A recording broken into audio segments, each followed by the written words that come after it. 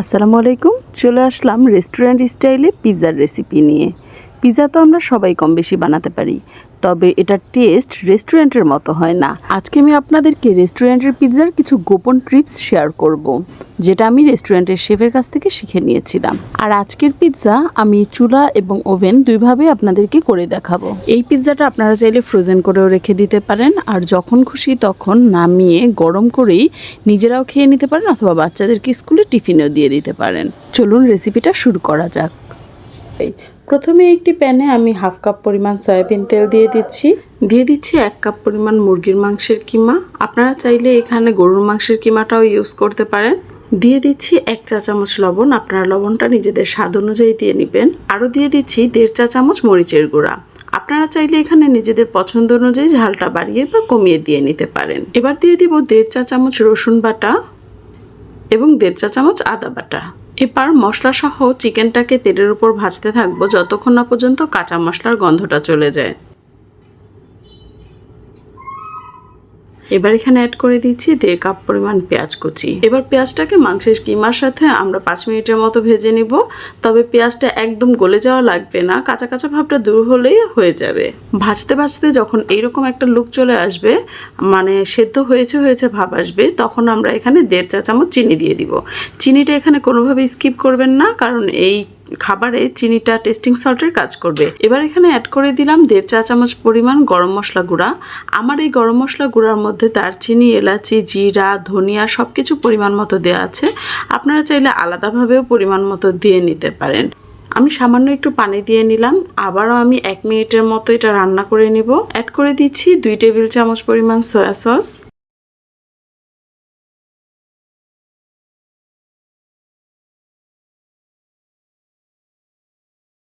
আমাদের মাংস ভুনাটা কিন্তু কমপ্লিট। আমরা এবার এটা নামিয়ে নিব। তবে আপনাদেরকে একটু দেখিয়ে দিচ্ছি এটা কীরকমভাবে সেদ্ধ হয়েছে। দেখুন একেবারে গলে যায়নি, পেঁয়াজগুলো কিন্তু এখনও আস্তে আস্তে আছে, দেখা যাচ্ছে। প্রথমে নিয়ে নিলাম পিৎজা পান। আমি কেনা পিৎজা পান দিয়ে আজকে পিৎজা তৈরি করব, আর ফাস্টফুডগুলোতে কিন্তু এই পিৎজা পানটা ইউজ করে থাকে। আর আপনারা চাইলে আমার চ্যানেলে পিৎজার রেসিপি থেকে পিৎজা পানের রেসিপিটা দেখে নিতে পারেন। এবার দিয়ে দিচ্ছি 1 চা চামচ মেয়োনেজ, আর এই মেয়োনেজটার সাথে আমি সামান্য পরিমাণ টমেটো সস এবং সামান্য পরিমাণ গোলমরিচ গুঁড়া মিক্সড করে রেখেছিলাম। এবার দিয়ে দিচ্ছি সেই মাংস ভুনাটা। আমি এখানে 3 চা চামচ মাংস ভুনাটা দিয়েছি। এই মাংস ভুনাটা কিন্তু আপনারা এই পুরো বনটার উপরে স্প্রেড করে নেবেন। আর এই মাংস ভুনাটা যদি ঘরে করা থাকে তাহলে কিন্তু পিৎজা তৈরি করতে তেমন কোনো প্যারা পোহাতে হয় না। এই মাংস ভুনা করাটা আমি শিখে নিয়েছিলাম একটা রেস্টুরেন্টের শেফের কাছ থেকে, আর এই মাংস ভুনাটার কারণেই কিন্তু রেস্টুরেন্টের পিৎজা এত টেস্টি হয়। এবার আমি একটি পাতলা পলিতে নিয়ে নিয়েছি কিছু মেয়োনেজ, আর একটি শাসলিক কাঠি দিয়ে এভাবে 4 থেকে 5টি ছিদ্র করে নিচ্ছি। এবার এই পলির মাধ্যমে আমি সম্পূর্ণ পিৎজাতে মেয়োনেজ সেট করে দিব। আর এই পদ্ধতিতে কিন্তু মেয়োনেজ সেট করলে মেয়োনেজটা অনেক কম পরিমাণে লাগে। আমি চুলায় যে পিৎজাটা তৈরি করে দেখাবো সেই পিৎজাটার জন্য আমি একটি তাওয়া নিয়ে নিয়েছি, পাতলা তাওয়া।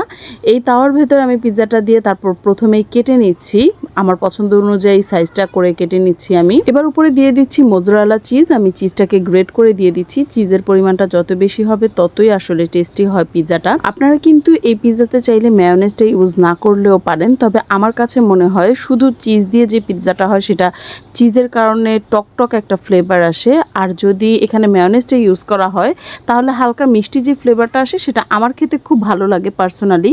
আপনারা চাইলে এখান থেকে মেয়োনেজটা স্কিপও করে দিতে পারেন নিজেদের টেস্ট অনুযায়ী। এবার কিছু সসেস দিয়ে পিৎজাটাকে আমরা সাজিয়ে নিব।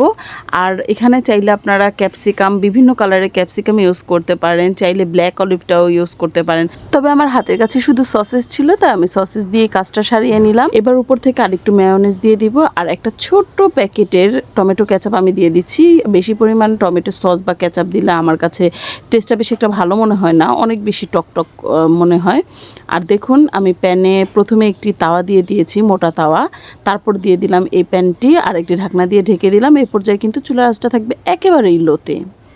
আর এদিকে আরেকটি পিৎজা সেমভাবে তৈরি করে আমি এটা ওভেনে গরম করে নিচ্ছি। আমি ওভেনে 5 থেকে 7 মিনিট গরম করে নিব। শুধুমাত্র পিৎজাটা গরম হয়ে চিজটা মেল্ট হওয়া পর্যন্ত যতটুকু সময় লাগে বাস ততটুকুই। পিৎজা কমপ্লিট, আমি এটা নামিয়ে নিলাম। আর আমার এই প্যানের পিৎজাটাও কমপ্লিট। দেখতে পাচ্ছেন চিজটা কিন্তু গলে গিয়েছে। চিজটা যদি আমরা উপর থেকে দেখতে পাই যে চিজটা গলে গিয়েছে, তাহলে বুঝে নিব যে আমাদের পিৎজাটা হয়ে গিয়েছে। তো আমি আপনাদেরকে দেখিয়ে দিচ্ছি, এটা কিন্তু চুলায় তৈরি করা পিৎজাটি। এখন যেটা দেখাচ্ছি এটা ওভেনে তৈরি করা পিৎজাটি। বিশ্বাস করেন এই পিৎজার টেস্ট নামি দামি রেস্টুরেন্টকেও হার মানাবে। আপনি একবার তৈরি করে বাসায় দেখবেন, প্রশংসার বন্যা বয়ে যাবে। আজকের মতো আমি এখানে বিদায় নিয়ে নিব। চলে আসবো আরেকদিন নতুন আরও একটি রেসিপি নিয়ে। সে পর্যন্ত ভালো থাকবেন, সুস্থ থাকবেন, আমাদের জন্য দোয়া করবেন। আল্লাহ হাফেজ।